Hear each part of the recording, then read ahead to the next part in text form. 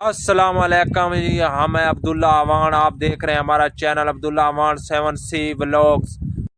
आप यूट्यूब पर जाकर सर्च करें और वीडियो को लाइक सब्सक्राइब किया करें। आज हम बैठे हैं पार्क में, गपशप लगा रहे हैं। मौसम बड़ा बेहतरीन बना हुआ है और गपशप लग रही है। हमने कहा चलो आपको छोटा सा व्लॉग बना के दिखा देते हैं। ये जी हम बैठे हुए हैं लड़कों के साथ, गपशप हो रही है। ये नवीद भाई है, ये हैदर भाई है। प्यारे भाई हैं, तो हम इसके लिए कोई ऐसा मसला नहीं बनाएंगे। तो ये है कि ये बहुत ही ज़्यादा हमारे नज़दीक हैं, हम हाँ, इनके शुक्रगुजार हैं। तो आपकी बहुत बहुत मेहरबानी है कि करीबी दोस्त है, ਇਹਦਾ मतलब है करीबी दोस्त है, बड़ा जी दिल ਦੇ करीब है। फिजर रहमान है, एक मोहब्बत है ना बंदा दी ਜਿਹੜੀ इतनी मोहब्बत कर देन।